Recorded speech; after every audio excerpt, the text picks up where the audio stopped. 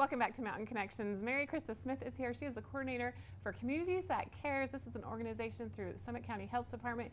She works with all 3 of the school districts here in Summit County to help their students with mental health and also substance abuse and other different mental wellness issues. And here to talk more about that, as well as Mental Health Month, which is coming up in May, is Mary Christa. Thanks for being here. Thanks for having me. It's a pleasure. So tell me a little bit about Communities That Care. It's a national program, but it's something that Summit County is really participating in and supporting. Yes.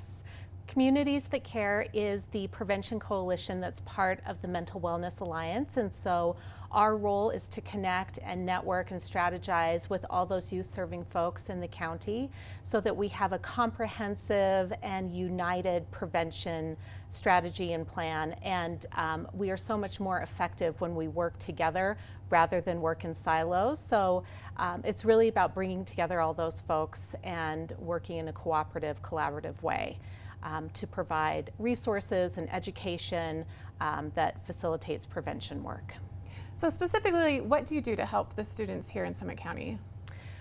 What we do in particular is to work with the folks in the counseling departments at the school. They have requirements. House Bill 364 requires the schools to provide suicide prevention education and substance use prevention education and these kinds of things. And so we have a lot of resources within the coalition, experts in those fields that we bring then to the schools to help support them in being able to provide that information and meet those requirements. When I think about your particular position, it's relatively new. Also, that's a lot of students. You're working with 3 school districts, North Summit School District, South Summit School District, and Park City School District, to help mental wellness with the students. How do you even begin to tackle something like that?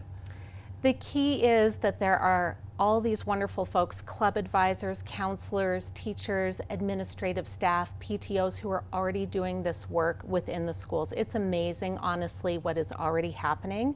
And so I see Communities That Care's role in supporting them in that work, helping expand it, make their job easier. So often we look to our school districts and say, what are you doing? How can you do more? And they are doing so much that Communities That Care is really about the community coming and wrapping around and providing greater support to the schools and to the students rather than it being schools that care and having it simply be on them to provide those services. So we're really here to support and expand their work. And between all 3 school districts with Hope Squads and Impact Clubs and Gay Straight Alliances and psychologists and counselors, there is a lot happening. Meditation, mindful schools programs in both Park City and South Summit School District. It's amazing what's going on when it comes to student wellness.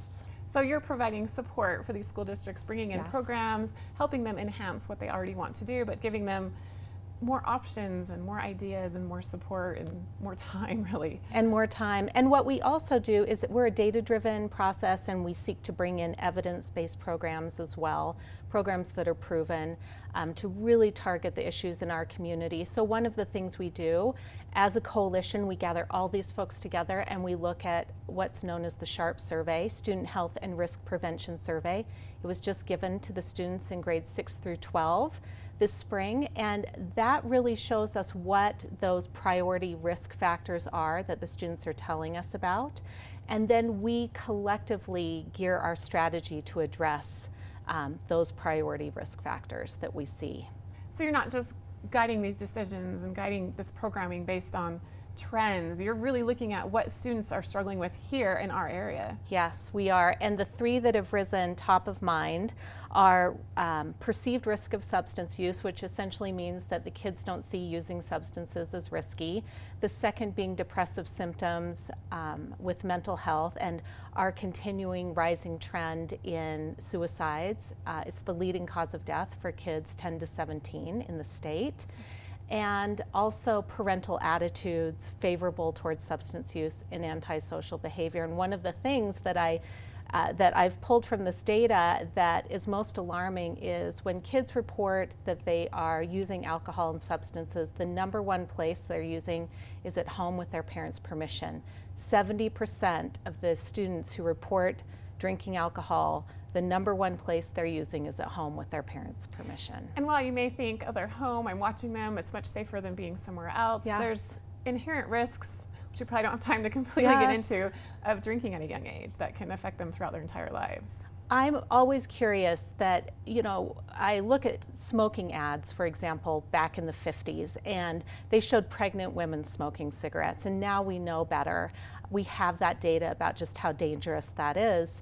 And we now have data from fMRIs regarding the impacts on brain development for young people when they are using substances. It's really different for a 14, 15, 16-year-old to be using drugs and alcohol than it is for someone in their 20s, because their brain is still hardwiring. It is still forming, and the prefrontal cortex is coming online. So when those substances are introduced at the teenage years, it hardwires addiction into the brain. And that's not true if people start when they're 21 or 25.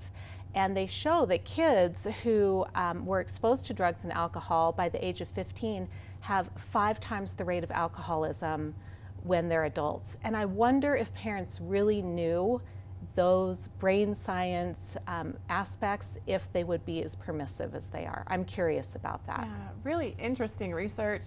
Let's talk a little bit about Mental Health Month. Yes. It is May, and Summit County Health Department, the Mental Wellness Alliance, which Community That Cares is a part of, as well as Connect Summit County, is working really hard to produce an incredible month all about mental health. I'm so grateful to Connect. I mean, this is part of the coalition and the partnership aspect, and that we're stronger together and able to work cooperatively around our shared goals. And there are 2 events in particular during Mental Health Awareness Month that we have partnered with Connect to bring forth that address our priorities. One is called Ask Me Anything Night.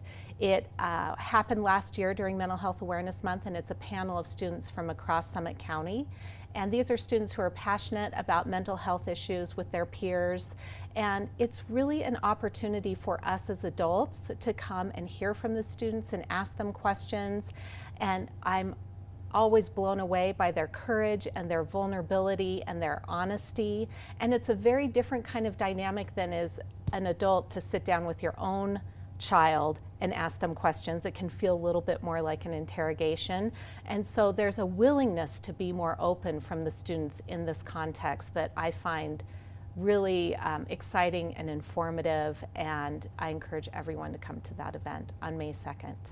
Well, it's vulnerable already to be talking about mental health issues, and then to add in the factor that ask me anything. So these students, they have no idea what they're going to be asked, but they're willing to do it, and they really do a great job. And then there's another event that you're helping out with.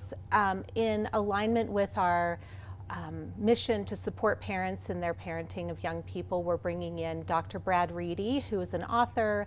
He's been working in the field of youth and families for over 20 years and has founded a wilderness program in southern Utah. And I so appreciate his humor, his storytelling, and this question that he asks continually of parents about what are we really trying to do here with our children? Are we helping raise them with a healthy sense of self about who they are, or are we striving for perfection? Are we striving for the highest academic grades and Olympic success and all of these things, and the impacts that has on children's development? And from the very best of intentions, the things that we may be doing that layer in anxiety and pressure and things that are really impacting students' mental health. I hear it from the kids all the time, the incredible stress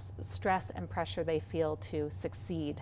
And as a parent, I want to know what I can do to really support my children's well-being in ways that are healthy for them and their development. So come hear Dr. Brad Reedy. It's fun, it's interesting, and every single time I listen to him, I take away something that I use in my own family. And when is that? This is May 7th at the Blair Education Center at 6:30 p.m. Perfect. Where can we get more information about these events and also about what Community That Cares does? So go to our Facebook page. It's under the Summit County Mental Wellness Alliance Facebook page. I would also encourage everyone to go on to Connect Summit County's Facebook page and also their website. They have their entire menu of incredible events happening during Mental Health Awareness Month up and available. And it's an amazing resource for our community, and it really facilitates a destigmatization that we're having these conversations in our community, that we're willing to be open and curious and vulnerable. So come to as many events as you can. Absolutely. And what can we do as parents, community members to help you in your position as you're helping all of these students here with their mental health? That's a really great question. I would say just engage with it in whatever opportunities that you see, whether it's in your schools and even within your own families. At the heart of it, like, what's the one thing we can do? At the heart of prevention, at the heart of mental health, is having one caring person that you can connect with, that you can share with and be honest with. So be that person for somebody else. Be the person who someone can come to when they're having a difficult time. Reach out, don't wait. If you know that someone's going through something, ask them, check in with them, go out for coffee with them. That's the one thing every single one of us can do that really changes, it changes lives to be that person. Definitely. Well, thank you so much, Mary Christa, for being here and telling you. us about everything you do Thanks. and about Mental Health Month. I appreciate it. Have a wonderful day. You too. All right, Mental Health Month is coming up in May. Check out Connect Summit County's website for all of the great events they have coming up. Also check out Facebook page about Community That Cares, and let Mary Christa know if there's something you feel like you are concerned about with the students here in Summit County. She would love to hear your feedback. All right, we have much more coming up after this break.